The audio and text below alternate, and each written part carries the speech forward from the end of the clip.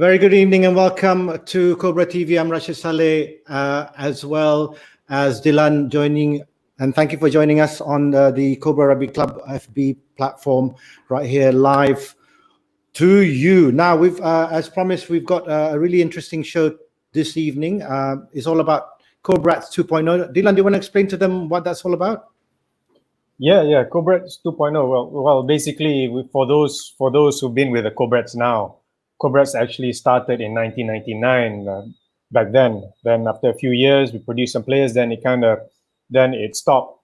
So in 2013, it got its next reboot, a reboot. So that's why we're calling it Cobrats 2.0. And the guys who are coming along are some of the guys that were there when the program started. I came in maybe in 2015, 2016. So it'd be interesting to hear how it all started out, and then and then how it's changed since then. Okay, obviously, because you've been very much part of it in the later stages as well. Later meaning, from 2015, 16 onwards. Now, we're going to introduce them one by one. Obviously, this player, and he was a coach. He was one of the guys who helped start Cobrats. He is one of our legends. He's thankfully older than me, but one of my close friends. Let's introduce him. Roommate? my former housemate.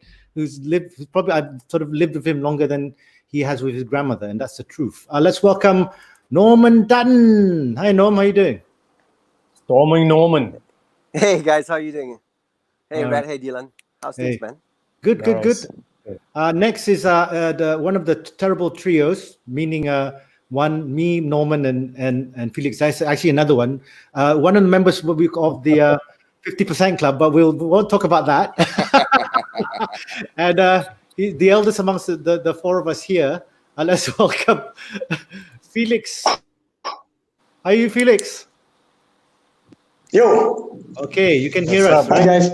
Original bad boy. Sorry, man. Something wrong with the speaker. I can't barely hear you guys. But you are very clear, so don't worry about it. Okay. I heard it's something 50%. It's on. Next up, PG-13, guys. He apparently started rugby late, but he's part of the KL Tigers setup, and he actually helped Cobrats set up in the second part of our Cobrats history. Let's welcome onto the Cobra Rugby Club TV, Gary Kane. Hi, Gary. How are you doing? Hi guys. How you doing? Hi, nice Gary. to see you. Okay, thank you. And finally, and not least, let me try and see whether he's coming on. One of our another of our legends. He has been playing for Cobra for a very long time. He was part of the one of the head directors of Cobrats. He now is one of the coaches. Well, he has been continued to be one of the coaches and a legend of the club. Let's welcome Jibrit Affendy Jalil. Hi, Jib. How are you doing? Hey, Jib. Hi, I'm fine. Thank you. Sorry.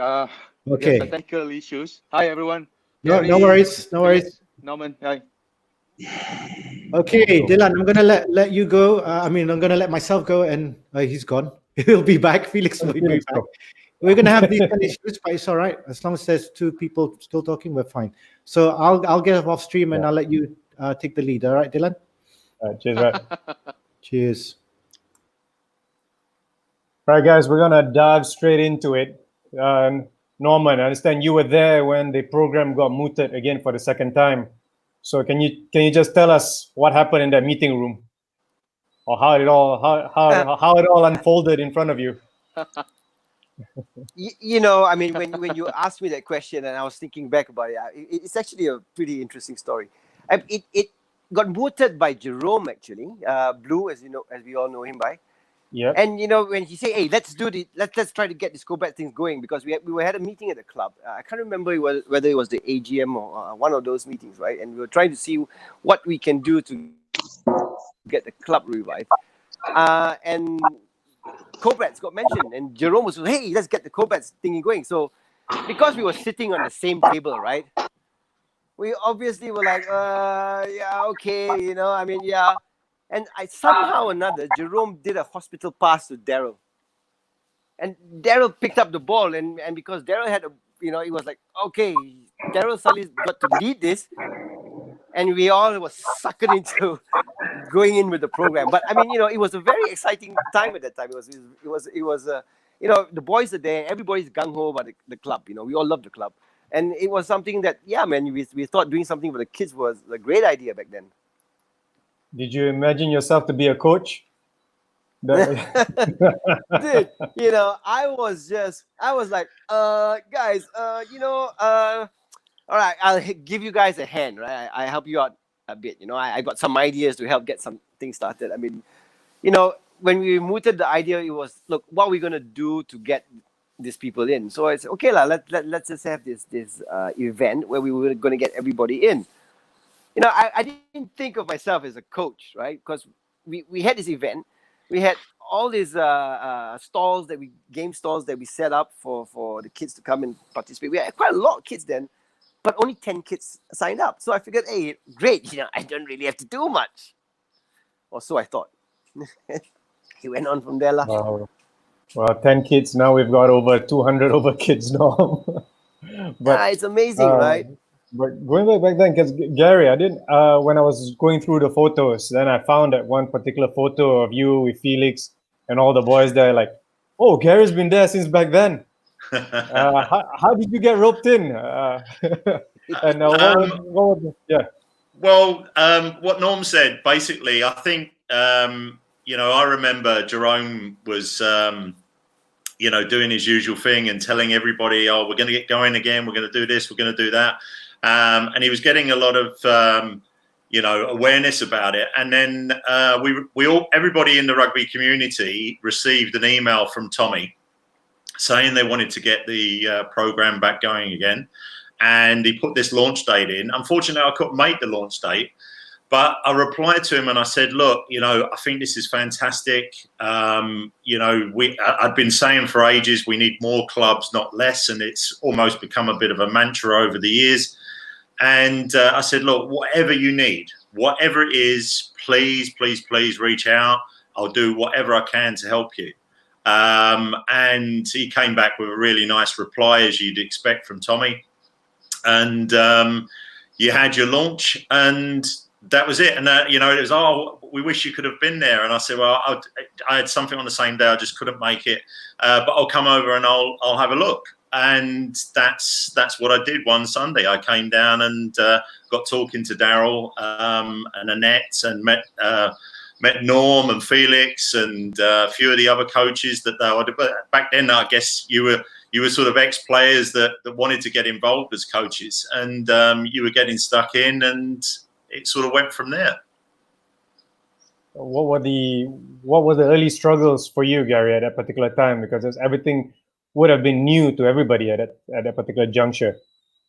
Well, this is what the conversation I had with Daryl at the time was, look, what do you need? And he said, look, we're just dads and we're ex-players and we don't know how to coach and we need coaches, and how are we going to do that? And I sort of turned around and there was this audience of people standing on the touchline, and I said, well, what about them? And he said, but they're just parents, or they're willing players. And I said, well, that's what we all were, and I said, this is where it starts. I said, you've got to get these guys involved, and we can get them coaching. And I think he sort of looked at me as if to say, you're nuts, man. There's no way. And we just got going. I said, look, I had a pair of running shoes on. I had a shirt on. I didn't have any sort of balls or cones or anything with me. And I said, look, do you want me to do something? And he said, yeah, great, do something. So I ran on, I set something up, and I got the boys running around doing an activity. And then I sort of took a break, tried to show Daryl and some of his friends that were helping out at the time, look, this is all you need to do. It just needs to be fun. The kids need to be moving around. The skills will come, and take it from there. And I could see that, there were people there that wanted to get involved. There was people there that wanted to, they could see value in it, and they could see their kids were enjoying it. We just needed to sort of harness that goodwill. So I started coming down every Sunday for about 6 months. It was great that Felix put up with me with his under-12s, who his pride and joy at the time. This crazy Matt Starley, doing these games, throwing the ball in all different directions, and but we got things going, and the kids enjoyed it. Some of my coaches at the time, back over at RSC as it was,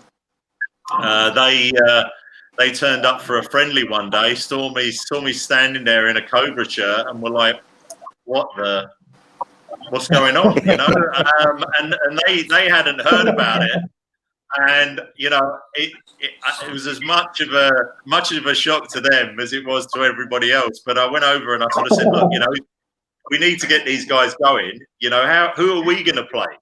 There's only like 2 clubs in KL. So I said, you're here today, you're here for a friendly. This is what it's all about. Saturdays it's RSC, Sunday it's Cobra. And they thought I was mad.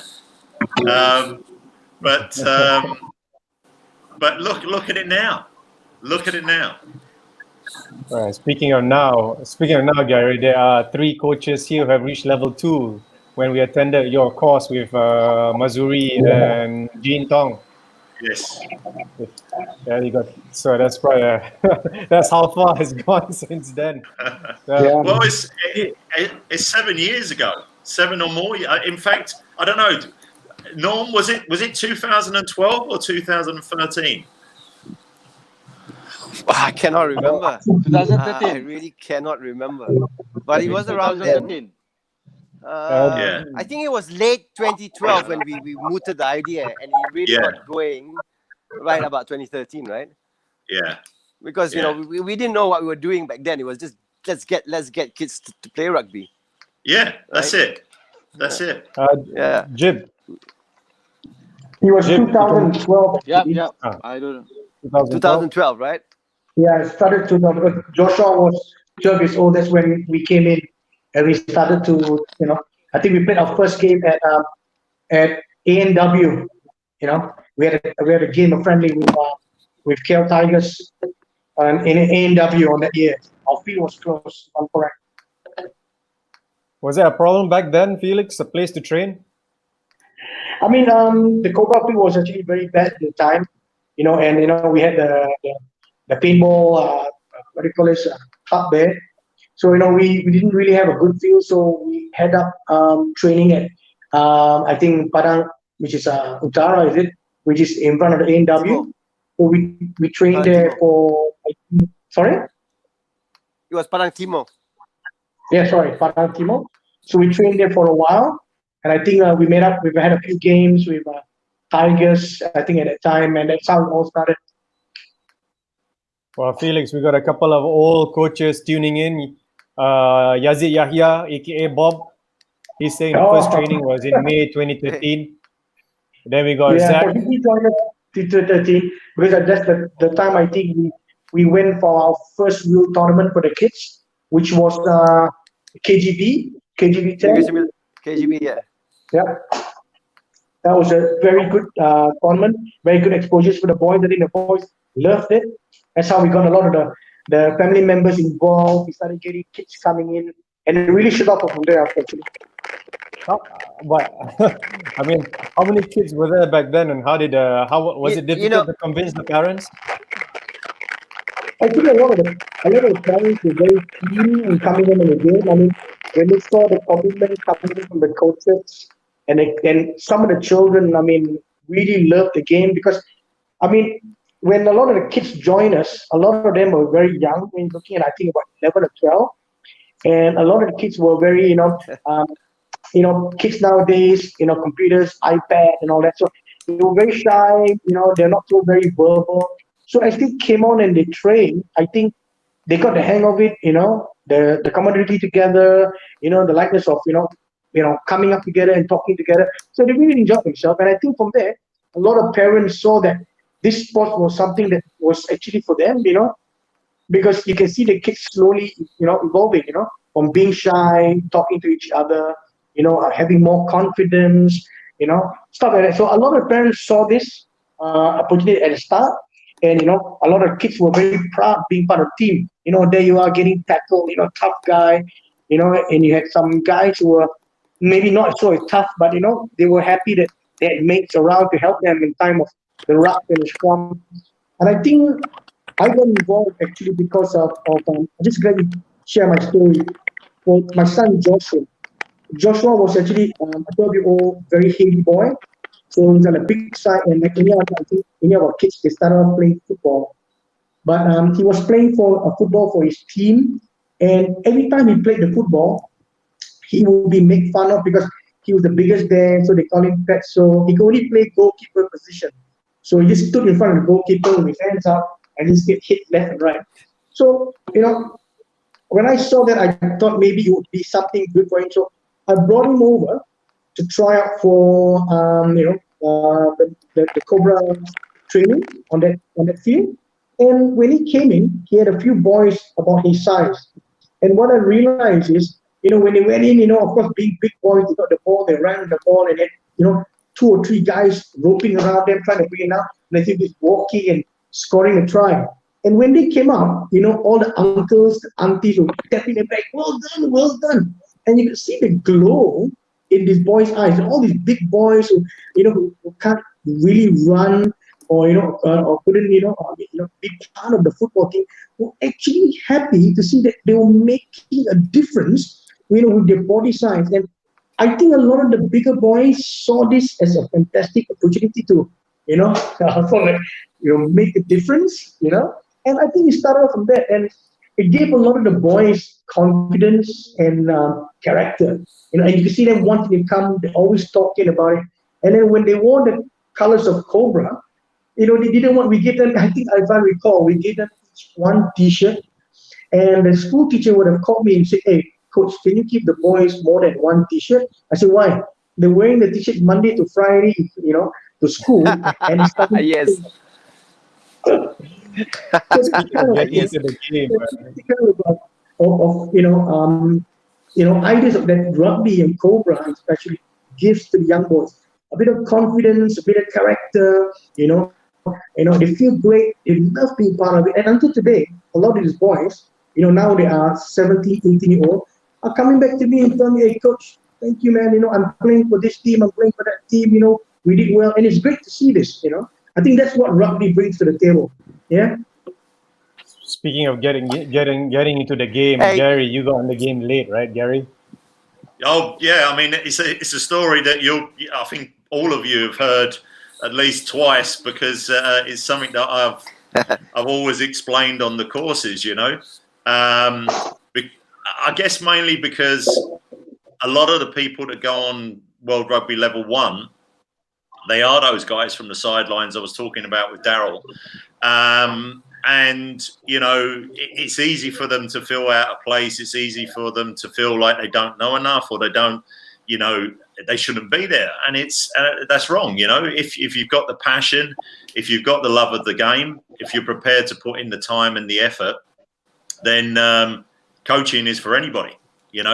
I think there's, at the top level of all of the sports, there's stories of people who weren't players who've turned out to be amazing coaches. So for me, the very first day of the RSC Puppies, which was March 2007, one of my friends had said, "Look, we need some more guys. We need kids Jack's age." Jack was 4 at the time. Only just 4. We went along for the first day. It took me most of the evening to persuade my wife to let her little treasure go and play this rough and tumble game of rugby. So we rocked up, and there was this huge man, this big Maori chap called Dino that we all know and love. Yeah. There was about 25 kids of all different ages, shapes. There was from 4 to 16-year-olds. It was a mess. He sort of stood around and explained what they were trying to get going. There was 3 or 4 ex-players, just like there was, Cobrats 2.0, exactly the same thing. And he sort of put his hand up. He said, right, anybody that's sort of this big, you follow me. And I sort of gestured to Jack, follow the big man. And he wandered off, and I always remember that particular thing, a little bit like the story that Felix was explaining. You never know with kids and sport, right? Especially team sport. You never know what you're going to get, and you just got to work with it. So he could have sort of like walked 5 paces, run back, grabbed my hand, and said, "No, I don't want it. I want to go home." I don't know. It could have been something like that. Instead, he just followed Dino, went off, and about 25 minutes later, I went walking over to go and check on him. And he had a ball in his hand, and he was screaming, running into a pad. And I thought, oh, he's enjoying himself. That's great. So that went on for about 4 or 5 weeks, and I think the coach at the time that was looking after Jack's group turned up with a massive hangover and really couldn't cope with about 10 4.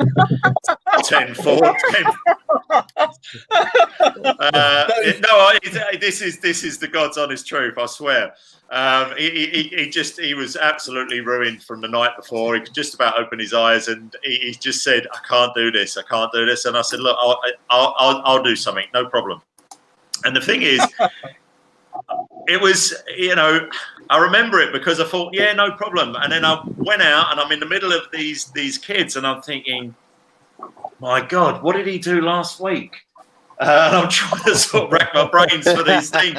And I think I ended up doing like, sort of ring of roses with the ball, in circles, passing the ball around. And I thought to myself, well, you idiot, why did you put your hand up? But then as I got through it, it was great. I really enjoyed it, and it was good having fun with the kids. I didn't have a lot to sort of base, the activities on, because most of my background was from football.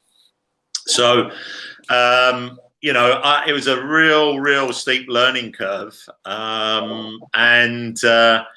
Sort of 3 or 4 weeks in, this coach that turned up drunk, he just got drunk every Friday after that, and he's just left it to me, and he completely disappeared. And it's, oh, Gary's there, he'll do it, So, all of a sudden, I'm head coach of the under 4s, under 5s, and they didn't even have to give me a shirt or a whistle. So there's obviously some idiots out there that do this sort of thing, and that's what I said to Darryl. I said, look, they didn't have to give me anything, they just put me in the middle of the kids, and that was it. The dad. So officially you entered rugby at the age of? I think it's 37 or something like that. But the thing is, it took me about 5 weeks, and I started to think, I'm being a bit of a fraud here. I'm teaching these kids rugby, and I haven't got a bloody clue.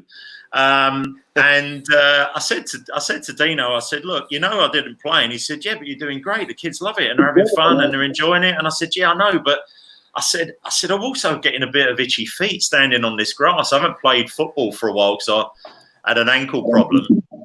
But I said, I'm starting to get itchy feet again. And he said, well, why don't you come down to training? I said, I haven't got a clue. He said, it doesn't matter. It's fine. He said, you're fit. You're a big guy. He said, just come down.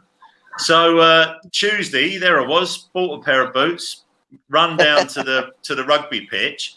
A couple of the coaches that were there, we were ex-players, and they're like, Gary, it's full contact. We're playing 7s. We're warming up for a 7s tour. And he just threw me a bib, and that was it. And then all of a sudden, 3 minutes in, I'm running down the pitch, tackling this big guy. I'd never done a tackle in my life, and that was it. The rest was history. You think what's interesting is that my wife, yeah, she's a coach. She's a coach now, and she pretty much did the same thing. She has no rugby background, and she decided, okay, I'm gonna go play rugby. And then of course she's a coach, and they said, look, I'm gonna teach tackle, and so she went into rugby. Yeah. And yeah, so it's great. And late in the well, one might wonder what you're doing at that age to start rugby, but hey, there's a good age for everyone. I just want to bring on Jib to. Oh. Sorry, no, what you were saying? You want to say something? Go ahead. I was just going to say, Gary, it was funny when I first walked onto the rugby pitch to play. I was with Felix, and we walked onto the pitch. We were thinking we were going for training, and the guy says, "No, come on, we're going to play." We didn't know nothing about rugby. All we knew was like just pass the ball back and run straight. And the first time we saw a ruck, I thought we saw a ruck. We said, okay, you just jump on the bodies, right? So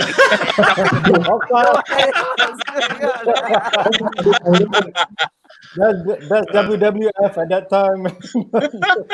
Yeah, that's right. No, I remember once Anyways, when we were playing. I remember going to the ruck. You jumped on it, and I looked at it. I said, "What should I do?" So I jumped on you. yeah. There was it was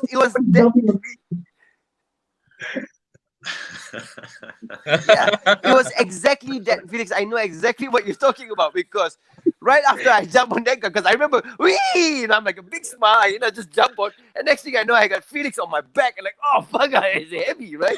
Yeah, but that was that game, Felix. So on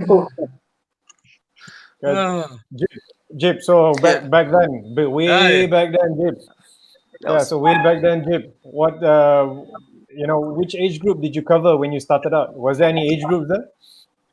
Okay. I think you asked. Can you hear me? Yeah, go ahead. Earlier you asked about when did we start the program. So I can't remember. There was one AGM meeting. I don't know why. I went and attend that meeting, and suddenly I just raised my hand when Daryl asked for support. So, and then we started the program back in 2013, May 13. It was Mother's Day. It was a Mother's Day, one of the Sunday, of course. 13, I think it's 13 May. So we had the sign up. Rashid was there doing the MCing. I know Norman was busy with the whatever games near the hall. So, and we had quite a number of sign up. It was quite interesting. Once they sign up, they took T-shirt, all went to the field. God knows what happened after that. I don't know what happened. And yes, there was a struggle earlier where we don't have proper coaching structure or experienced coaches. So Colonel asked help from Annette, and I think that's where we connect with Gary. But unfortunately, I wasn't there when Gary was on board. Felix was being called by Daryl for help, and he did. I like that. Yeah, he did. Most of these guys help. Unfortunately, I left after the program runs for two months due for the fact my kids was small. Every time I brought them to the field, next day I have to stay home because they're not well. They're sick. And I came back in 2016 when my son Aslan was five years old. And that moment, the moment I step in the field, onto the field, and when Daryl saw me, when Annette saw me, that smile like up to the ears. They knew that, thank you very much, you're back.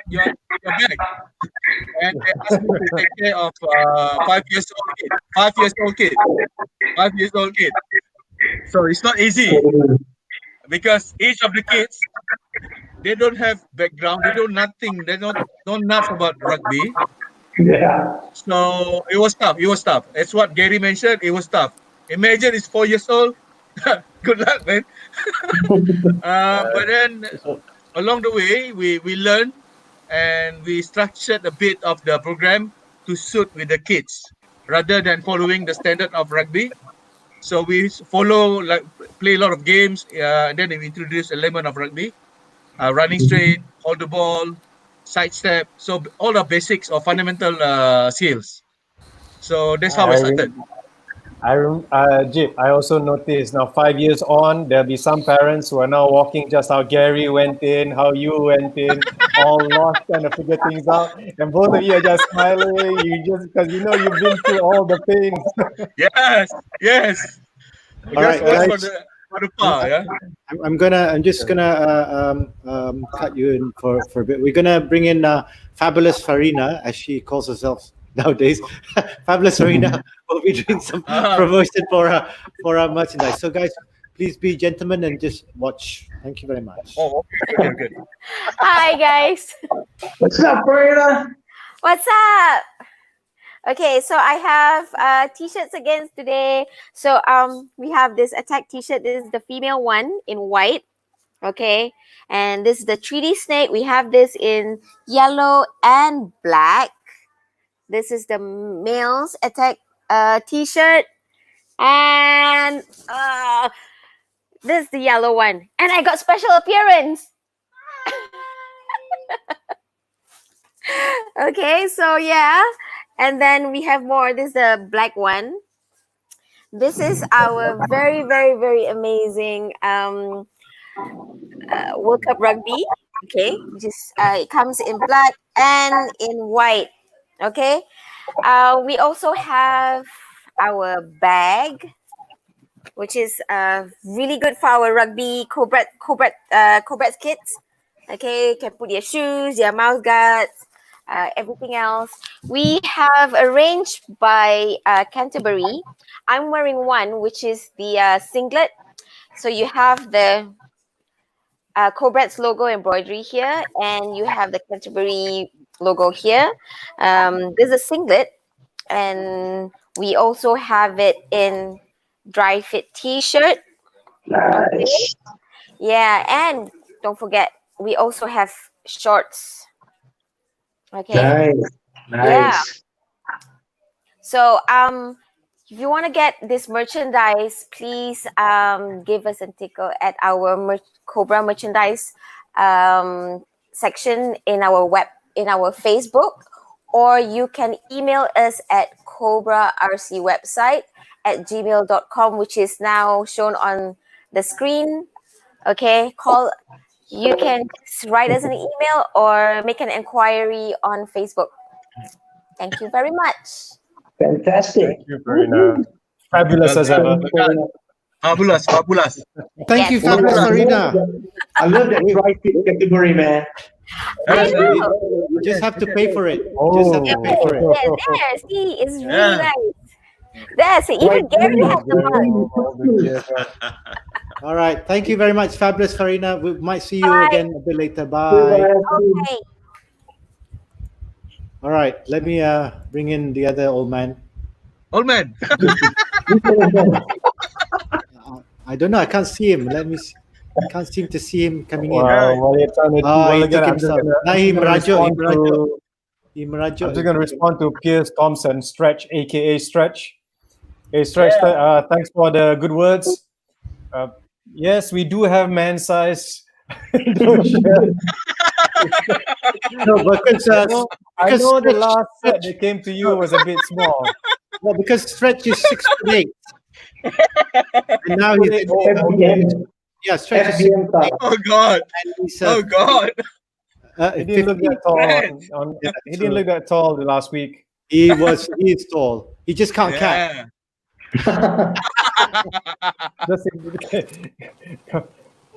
Coming back to a little bit on coaching. Someone shot you a question, Jip. How hard is it to coach rugby compared to playing? Okay, Oh, time for me to shit. go. Thanks for the question, Adrian. I would say it's not easy because you are playing. Because you are teaching kids at the age of 5 years old, even 4. I had 4 years old kid. It's not easy. It's important for you to be like make it fun. Okay. fun in the sense of you when it's not really into drills or skills.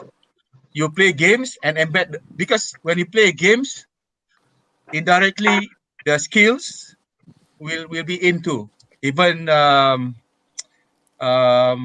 would say, and then one more thing you need to have passion, otherwise. Sorry, patience or Goes on. passion? Which one is it? Passion. Patience or passion?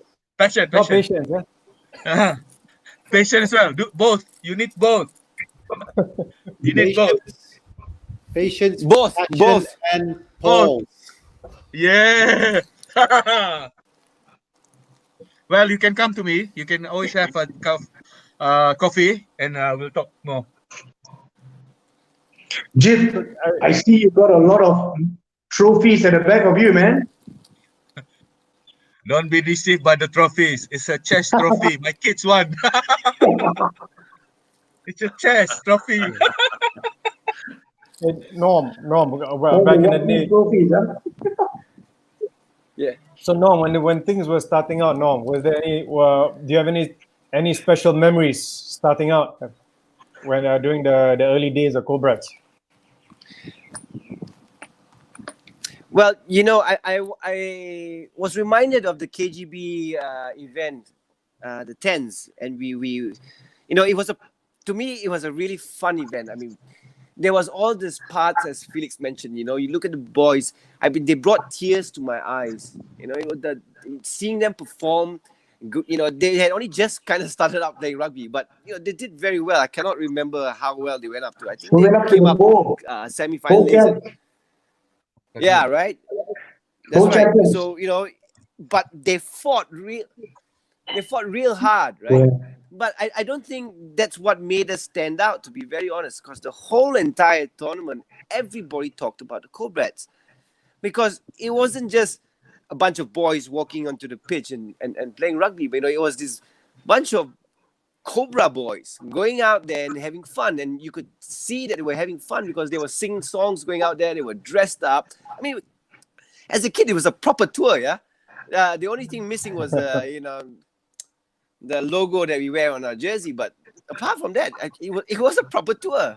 I mean, I believe we even had a kangaroo court, right? Yeah. So did you teach them the song "Singing in the Rain"?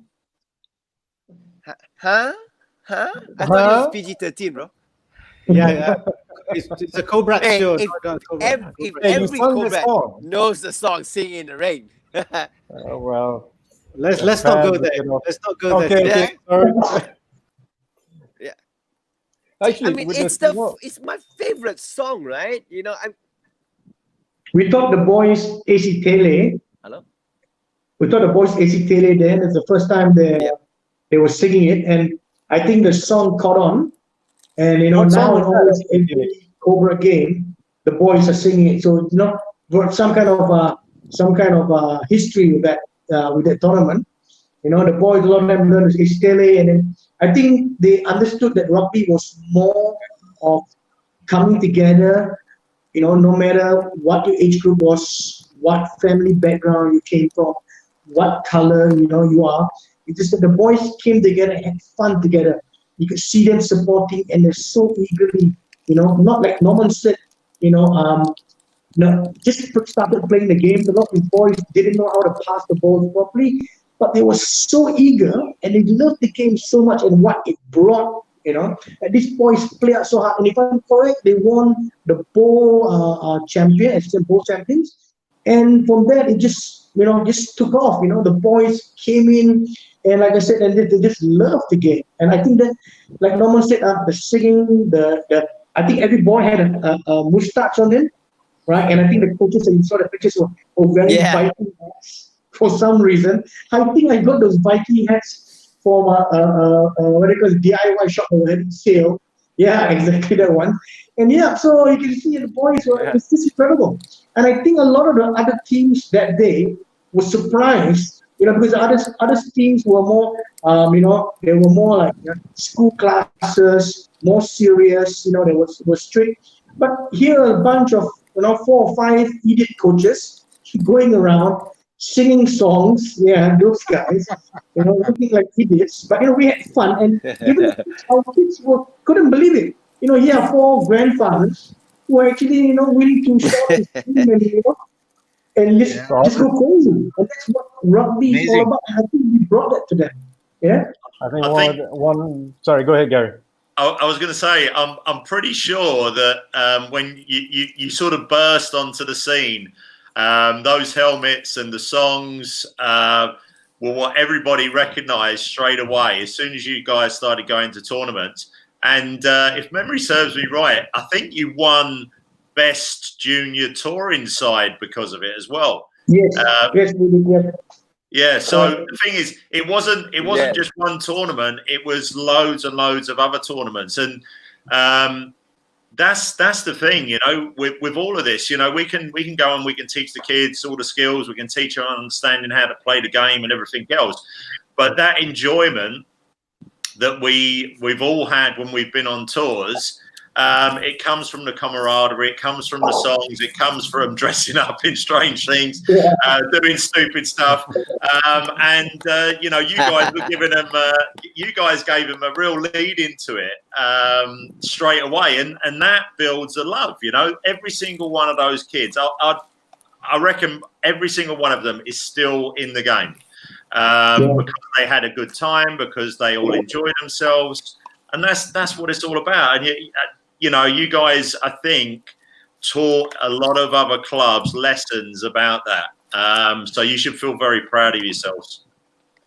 Yeah, thank you. We are. Actually, this is thank you. Some of the boys who were playing for that age group have actually turned out to be great rugby players and representing some of the big schools. Like I think we had 5 boys, Azad and a few of them, who are now in LAN and all that, are playing for like DI, or shall I say was playing for DI. Some of them are playing for states now. I think we have one guy who's actually joined Asas and also was the captain of the team. So a lot of these boys have gone up and have actually represented the school and the state, and some of them even country. So it's great to know that these boys who we touch are actually at that level, and hopefully they in time they will come back and help the club up and carry on the tradition. There was one kid that you always used to walk around saying, "Oh, he's a freak, man. He's a freak," and he ran like a crab. Do you know what I mean? He just had these legs that just sort of went like this, but he just motored. He just give him the ball, and he was gone. Do you remember the one I'm talking about, Felix? Yeah, I think that's Daniel. Yeah.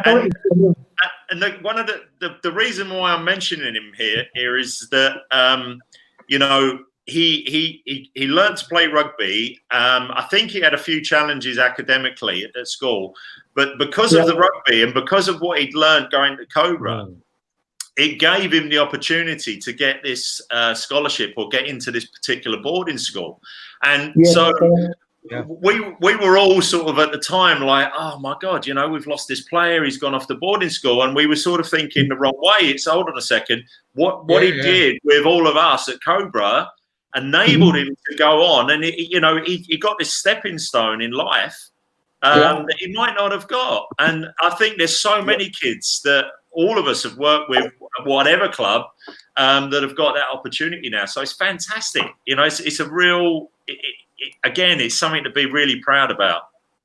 What's funny is that when one of the tournaments, this was in Penang 2017, or one of the tournaments, I saw this boy who's about almost 6 foot, 5'10". He's 5'10".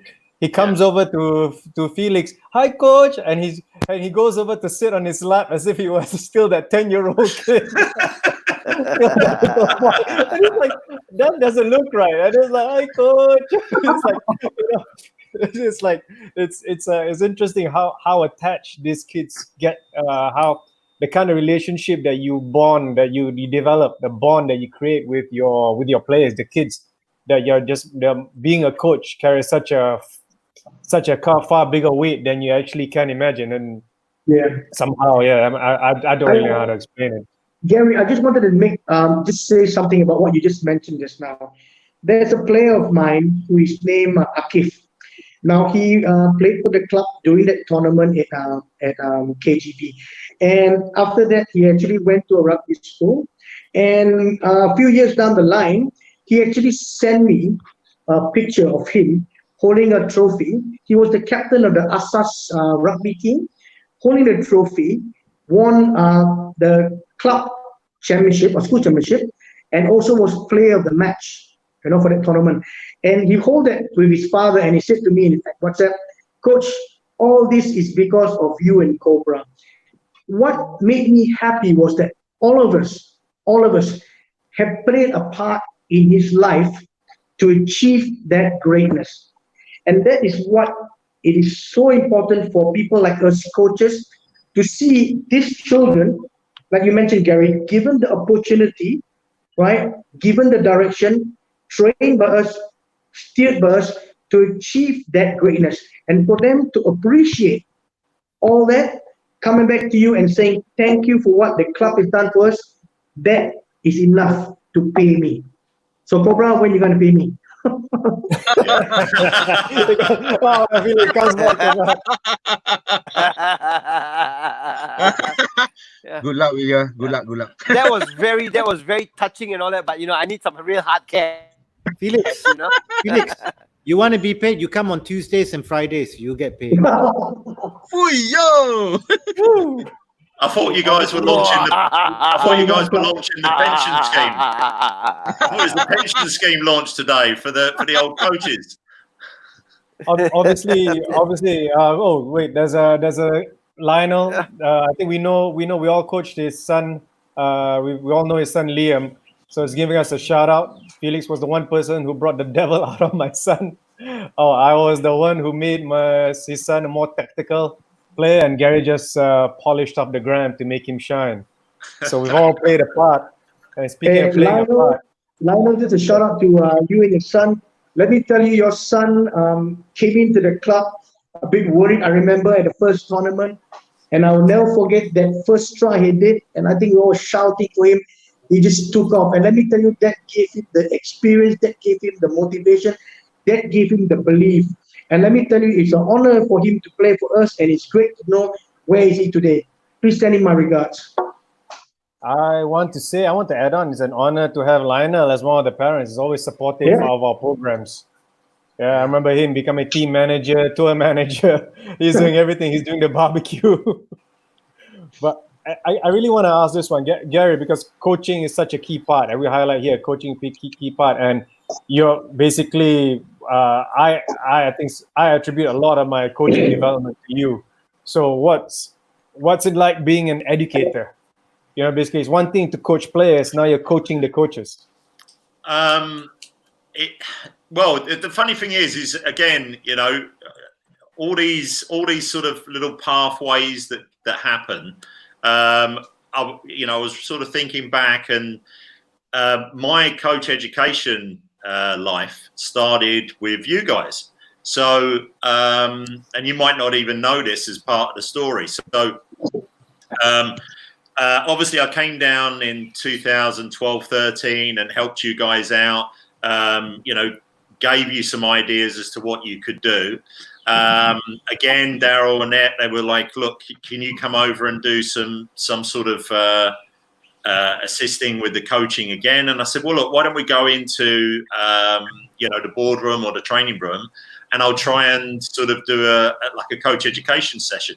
So this was me doing something that I'd created. I put the slides together myself, and we took a load of people into your boardroom, got the slide projector out, and I remember trying to keep it interactive, and I had a little rugby ball, just a small one like this sort of size, and we ended up playing rugby around this table. And it was like it's just theoretical, and it was just, right, what do we do here? Why do we move the ball? Why do we go forward here? Anyway, after that session, everyone's complimented it and said that they got a lot out of it, and we did some practical as well. And I think it got mentioned to someone, and then from that session, I then got invited to go and be an educator.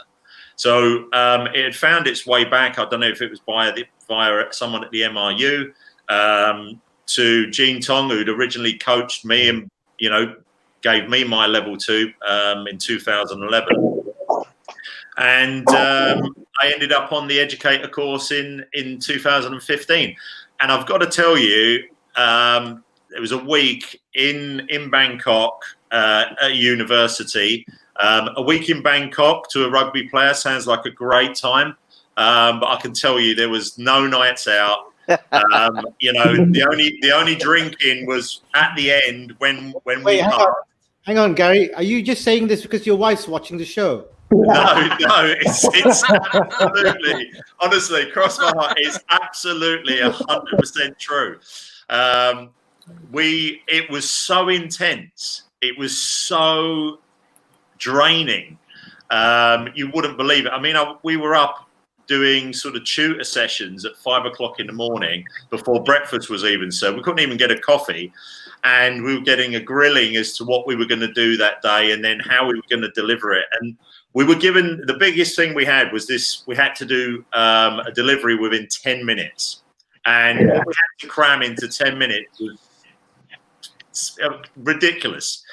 And so there was all these refinements to try and get you into this sort of time period, and the pressure was ridiculous. There was 21 of us that went on this course, and only 3 of us passed. So you can imagine the relief, and that's why when they finally gave us the green light and said you guys passed, that was it. We got absolutely hammered that night. You know, that was it. It was like, we didn't care after that. We got to have certificate, bang. You know, the hangover the next day was massive. But once we'd gone through that, then it was a case of, well, how am I going to pass this on to other people? And most of the things, as you guys know, in all of the courses that we were on together, I've always said to you, everything is already there inside your heads, inside your knowledge and your experiences, what you've gone through already. We've just got to draw it out and try and sort of reshuffle it into a way that's going to work better for the kids or for players, right? So we're all talking about kids because this is Cobrats, right? But you're coaches, so you can coach men, you can coach vets, you can coach whoever you want. So it's the skills that you learn on the course enable you to take all these bits and pieces that are all inside you anyway, re-put the jigsaw puzzle back together again, and hopefully show you a way to coach. Yeah. So Jip, on that note, Jip, what was it like when you attended the L2 course with Gary as well, the educators? I tell you well, actually, when we received that L2 invitation via email, I think the pressure started from the moment we received the email. And as we entered the day, I can't remember, was it 2nd May or 3rd May? Can't remember. Yeah. And that Friday, I know that it was a Friday. It was Friday. And first thing, and first thing, we were asked to deliver a 5-minute session. I was like, oh damn. Well, it was like what Gary said, really tense, really drying you. But then at the end of the day, it was fruitful, and it was satisfying, and I think it's a great course for coaches that really want to develop the skills as well as develop the community of rugby, because the fundamental of coaching and how you delivering the subject is totally different, and really a mindset shift from where you start as a coach without attending a course. I fully recommend that course, and especially for junior, I think Gary is, I would say he's the best so far. I'd just like to add to that, if you don't mind. I think the course, when me, Jip, and Aizan were taking the course, it was really, really intense that weekend. I still remember before that we had to fill up some some online certs, get it approved, and it was just incredible because you had all the answers there, A, the B, and Z, or whatever. But every time you got something wrong, you had to redo it again, and you just couldn't figure out which answer was there. So it's very stressful. But I think I think it felt for after a very long time, it felt that I was sitting for my SPM exam and I couldn't afford to fail it. So that was like, the part that really worried me. But I think what Jip said is what we've learned is, I have to admit, we learned something very special. And that even though we were there and we had so many years, me and Jip had so many years of playing games and training, what we learned is, like Jip said, is coaching children is so much different. We've learned to listen more. I think that's what Gary has mentioned is, listen to what they have to say. A lot of coaches talk and tell them what to do. But what I've learned is, listening makes a lot of difference when it comes to understanding what the player wants, what they need, and also making it more fun. It's just not about drills or stuff like that. So when I took this course, I think what it made me better was it made me better as not only better as a coach, but also as a player. Because for once in my life, I was teaching these children and wanting to listen to what they had to say. Not only based on the activity or the training that I do. At the end of the day, we want to listen to the kids and then they give a feedback to us. Was it fun? Was it happy? And Gary, I will tell you that after that session, when I went back to train the club, I felt like I was better. I knew what I was doing. And I still remember I had a training session, and then Sean was there, Brian was there. And after that training session, I sat down on my knees. I said, "Okay, guys, can you guys let me know what you think?" I remember everybody looking at me like, "Is this a good question? Is he gonna smash this like this?" Where you feel, And this guy, the children were a bit worried, but after that, we got the feedback and was nice. And I have to tell you, Sean came up to me and Farna came up to me and said, "Hey, Felix, there's something different. We never really thought about it." And I feel whatever I was coaching brushed off a little bit to them. And I think it's slowly getting around. So, all the parents and all the coaches that are involved are sort of like getting the hang of it. And I think it's a great course to go. I would recommend anybody go. It gives you a lot of experience and a better understanding of yourself, how to train yourself and train your kids. Thank you, Gary. L3 then. Felix, let's go for L3. I just got to say, the three of you will probably remember right at the start of the course that I said to you, "Look, guys, we've all known each other for a long time, and I've, in this course, I have really got to." I've got to be hard. I've got to really be harsh on you, and I can't let any of the sort of mistakes go. So I said I apologized in advance, and you guys were put under a lot of pressure. We got a bit delayed. We sort of went over time a little bit, and we had to compress a lot of the things into that final day. And I remember you should have had overnight to prepare your last final session, but you didn't have it, and we had to do it in the morning. And you'd all done this amazing planning, and everything was ready, and you were really doing well. And then there was a couple of things, and Felix, I said to you, there was you'd gone off in this particular direction, and everything was absolutely perfect apart from one thing. But it was really fundamental in the whole thing that you'd put, and you had to go away and redo everything. And I felt so bad for having put the pressure on you at the time. But when you came back and what it looked like, it was absolutely amazing. It was brilliant. And I've got to say, I was so proud of all of you doing that, and I felt so bad because of obviously having to put you under pressure. But the pride I got from that training, knowing the three of you, gone through level 1, you've done your level 2, and being able to turn around that final bit and make it absolutely perfect in a short space of time, it was brilliant. All right. Thanks to you and Jean. and Mazuri. Definitely. I would have to thank Norman. For turning up at the meeting to moot the program. I don't know why I attended the meeting. You do No, realize. it was the same thing, Gibbet. You're right, right? It was suddenly, okay, I mean, Okay. Well, yeah. On that note, gentlemen, thank you very much for joining us on this really special day. It's been really, really awesome. Obviously, we hope to see you guys on the field on Sundays whenever we're allowed to go back home. Wish you guys to stay safe. Selamat Hari Raya. Have a really good Raya holiday. Raya. Thank you everyone. Thanks, guys. Nice to see you all. Thank you. On behalf of Cobra Rugby Club and also Cobra TV, guys, stay safe, stay at home, and have a good weekend. Thank you very much, everybody. Cheers, guys. Peace. Nice one. Cheers.